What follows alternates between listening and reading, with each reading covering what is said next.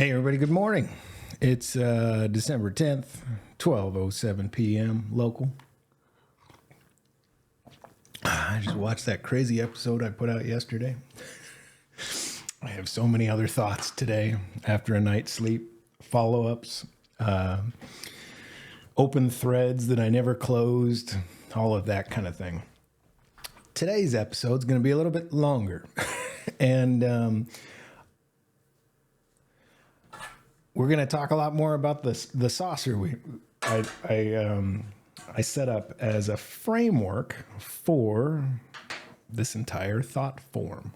Thought form is just a whole bunch of ideas stacked together in a way that they connect. And if you take out certain points, you can calculate all the bits in between and they fit together. I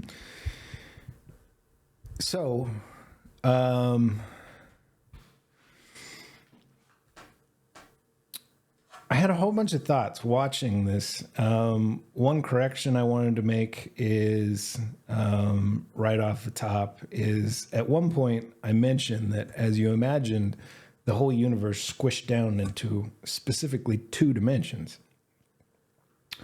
I said 1 micron thick, and then I said the thickness doesn't matter. I'm just using it. What I was trying to do is to, as you, the viewer, get you to imagine everything going.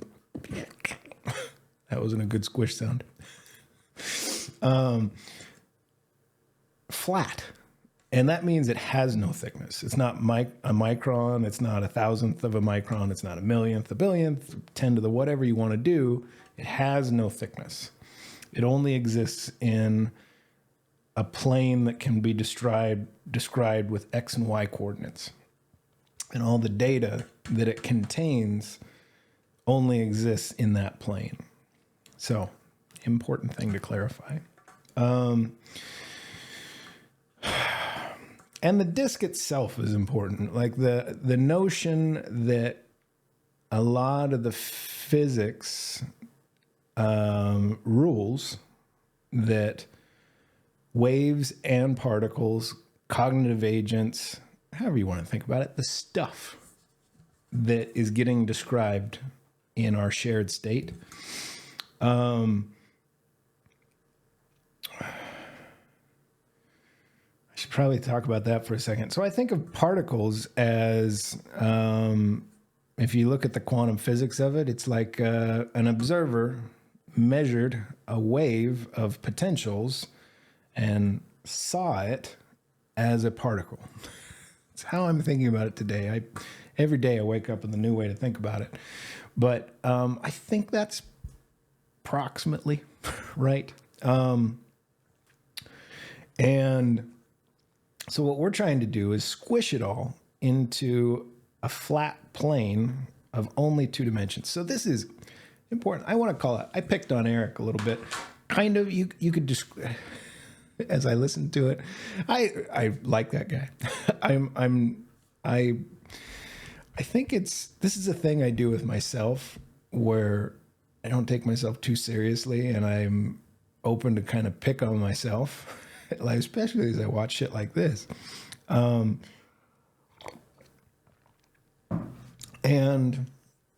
when I see ways that humanity could just interact in a more healthy way, I'm not too afraid to sort of call it out. But it's meant in a lighthearted way. It's not meant in a you're wrong about stuff and I'm right about stuff way, or in a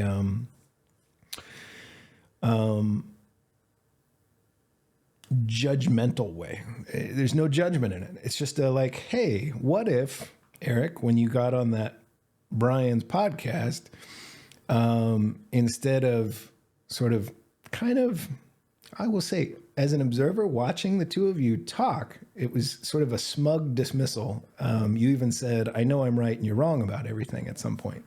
That's not a direct quote. I'm what's the word? You know what I'm saying? But at one point you just kind of, and there's an arrogance there, I got to tell you, as somebody who kind of loves listening to all of you talk, that comes out in that. It's like,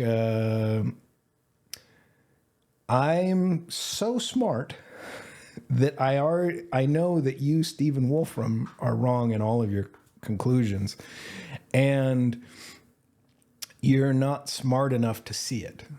That's really, like, as I watched it, that's how you sounded to me. And I'm somebody who tries to not be at all judgmental, and I just look at it as a little bit like, I would like it a lot better if the whole conversation really had nothing to do with like a pissing match between theories of everything. And it actually got into, well, how do I take what Steven's got right and harmonize it with what Eric's got right? That's what I try and do in my head when I listen to all of you guys talk.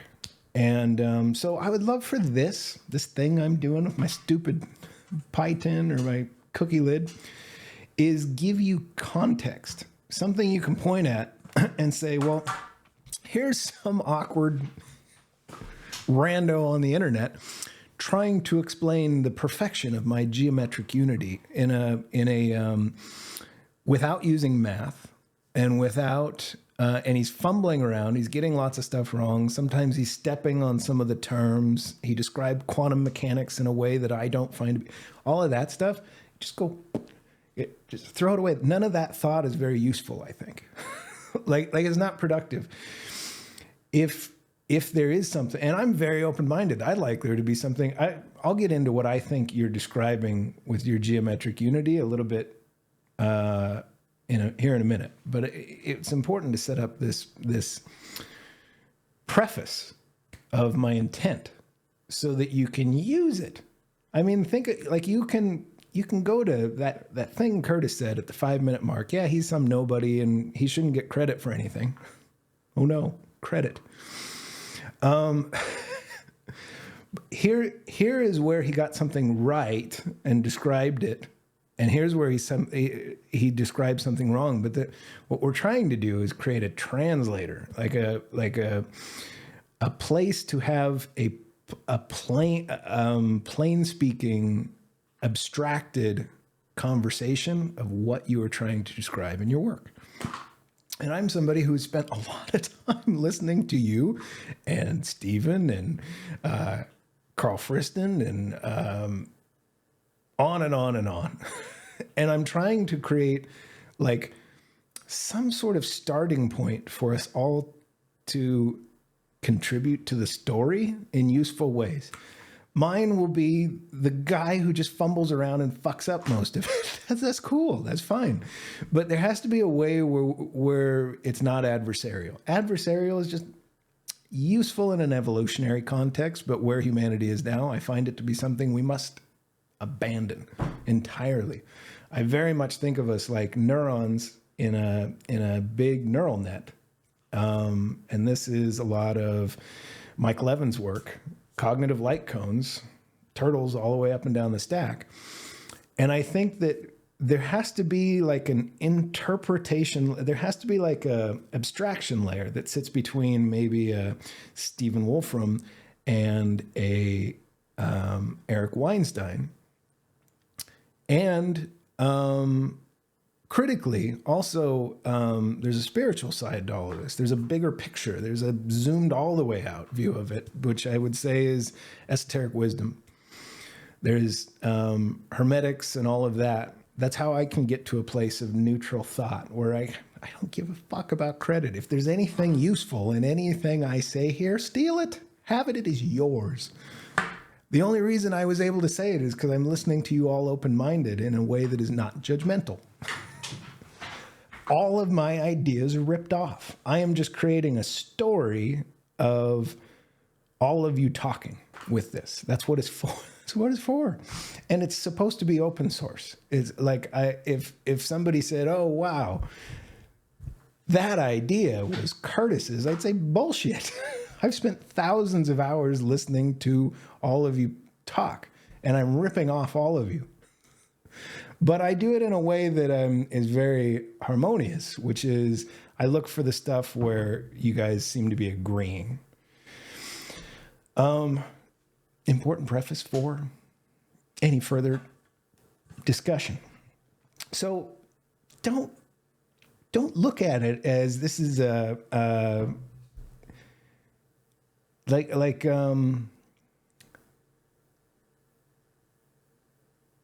Because this person doesn't have the stuff on the wall or the mathematics lens I use to build proofs to describe these things he's describing, I would say just dismiss it without any, like, do what I do. Like I mentioned in the last episode that I think a lot of, like, to all the world, geometric unity is unintelligible. It's completely unavailable. Nobody has graduate level mathematics. Nobody wants to. I don't want to. Why would you do that part, Eric?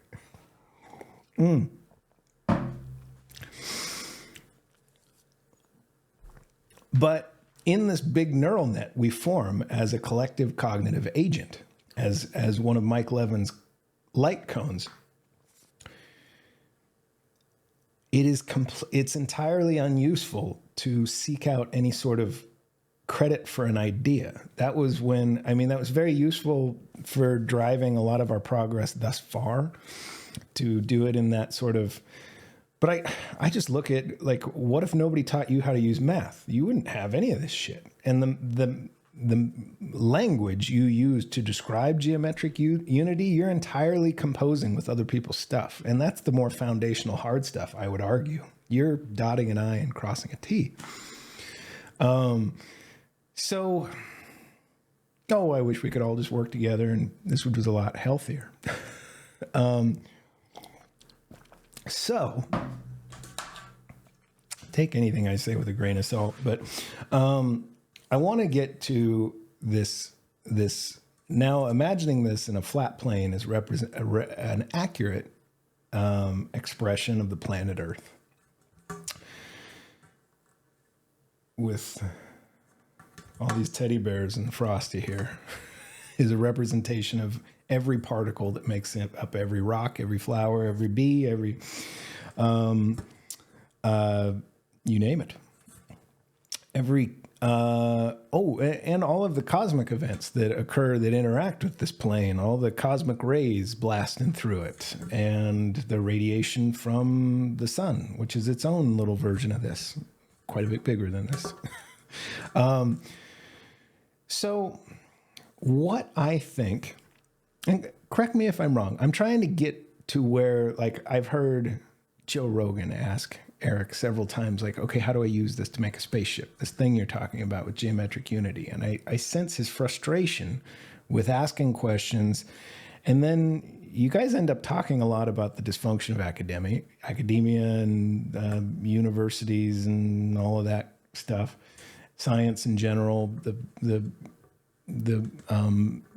dysfunction, the chasing things, like you're not a fan of string theory. But you're not actually talking about, how do I use this to make a spaceship? That's what Joe wants to know. That's what I want to know. I want to make a spaceship. And I don't want to settle for going to Elon's Mars. I think all of that stuff Elon's doing will be incredibly useful. Like, it's a good thing to do. But I don't want to settle for Mars. It's kind of shitty as a planet. I want to go to a cooler one that's a lot more like this, where I can breathe the air and sit by the ocean. So that means we need to take seriously people who are trying to solve the big riddle of the UFOs, I think at this point, you just got to be bound and determined to have your head buried in the sand like an ostrich if you think that it's still under debate. There's enough there for us to assume, yes, it's possible. And especially if you, like, if you are able to construct mathematical proofs that let you stretch this 2 dimensions into 3, and then into, I think I said 12 yesterday, but I think I heard you describe it as 14 dimensions. Somehow your math gets you there. Sweet. So you're stretching it out in these different ways. I can basically get to like 5 dimensions of how I can describe, because I kind of go from 4, which is stretching this into back into the globe, in 3 dimensions, and then stretching it out through time is 4 dimensions. And then 5 is just that's everything, everywhere all at once. That's like the holistic understanding, harmonious of all. So I think you may have found. So when I described squishing the planet Earth and the universe around it into a two-dimensional plane, that's me taking all of your 14 dimensions that you're describing in geometric unity, and I'm saying they must exist within 2 dimensions. There has to be a way that you can adjust all of your calculations to where everything you're describing with 14 dimensions is consistent with what I'm seeing in a flat plane. And I touched on how if the rules for the cognitive light cone that is Earth and all of its data, us, the air, the water, the trees, all of it, there must be rules where you can describe, because it has to be calculated. Otherwise, it's just like magic God stuff. And you guys are supposed to all not believe in that shit. So I'm trying to find a middle ground where the magic God stuff and the science, the left brain of our big human collective, agree, are describing the same thing.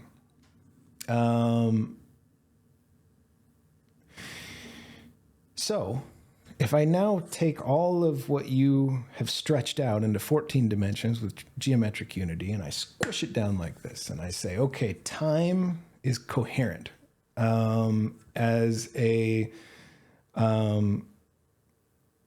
cognitive light cone, as described by Michael Levin, a collection, a stack of all the cells in my body agreeing to be a me and service all of the stuff that you need to, for me to be speaking right now. There has to be a whole bunch of stuff working together.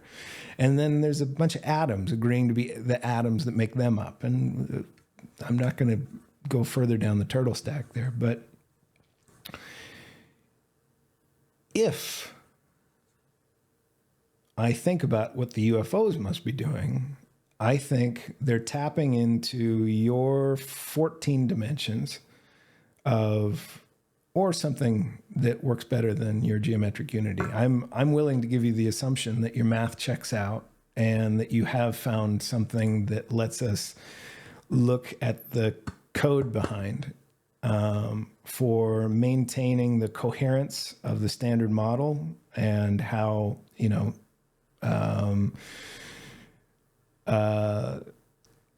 Einstein's light speed, all of it.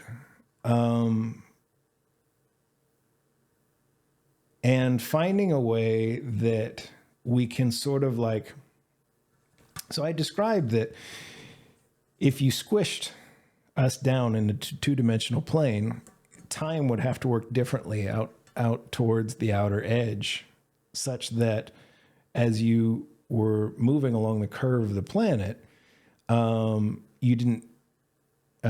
you maintained the same, all of the rules for light and the time it takes to get between 2 points on anywhere on your sphere. There'd have to be a physics engine underneath that is ensuring that everything's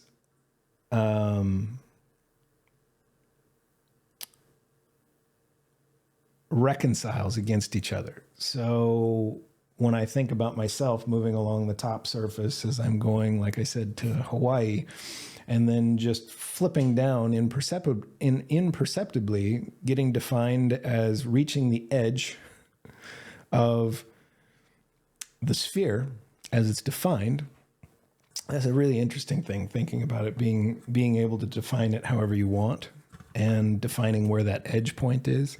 There's all kinds of cool stuff you can do once you start thinking about this way, I think.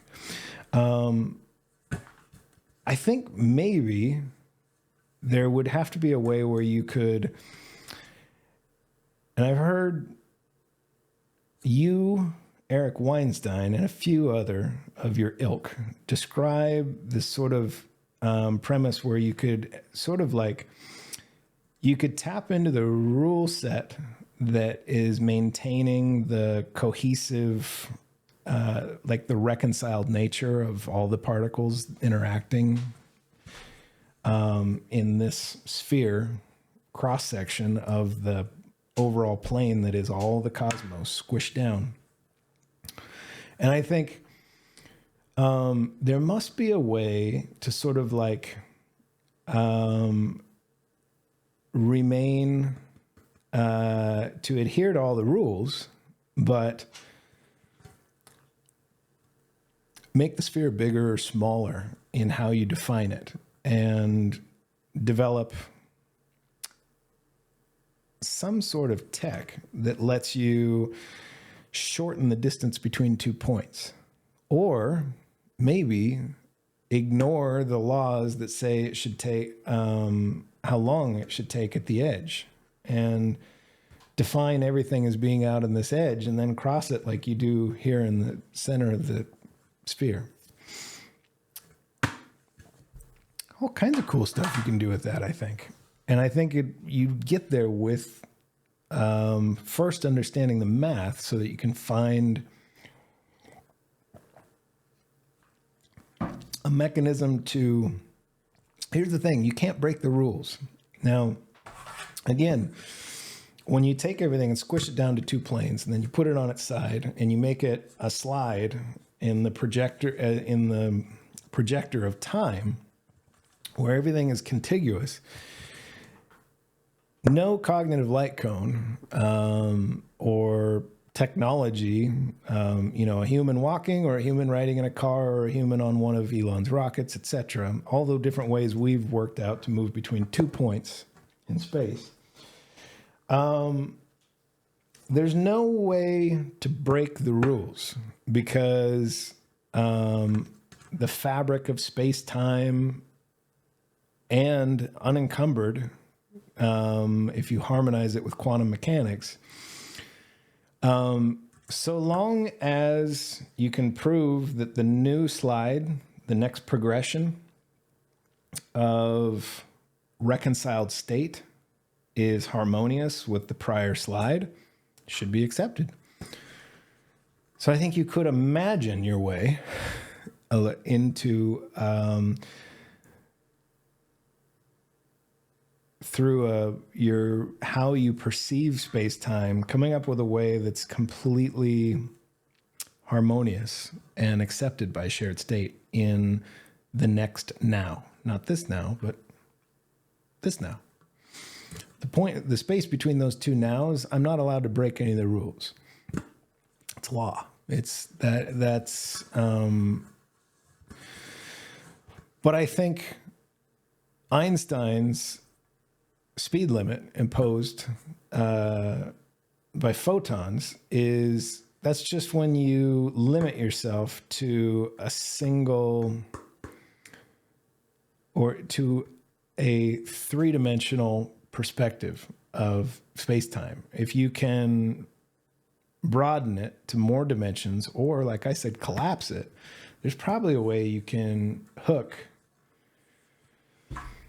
into other avenues to traverse the distance between 2 points, or you can redefine the distance between 2 points in a way that reconciles between each layer of state in the contiguous story of time.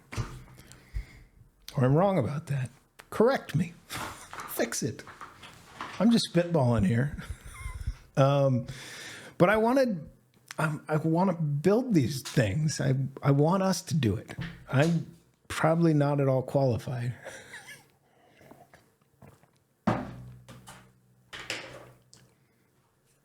Lemon seed. I'm probably going to keep making more of these. I'm just going to keep doing it until I have a more complete picture of it all. To anybody listening, I think you're the coolest. Thank you so much.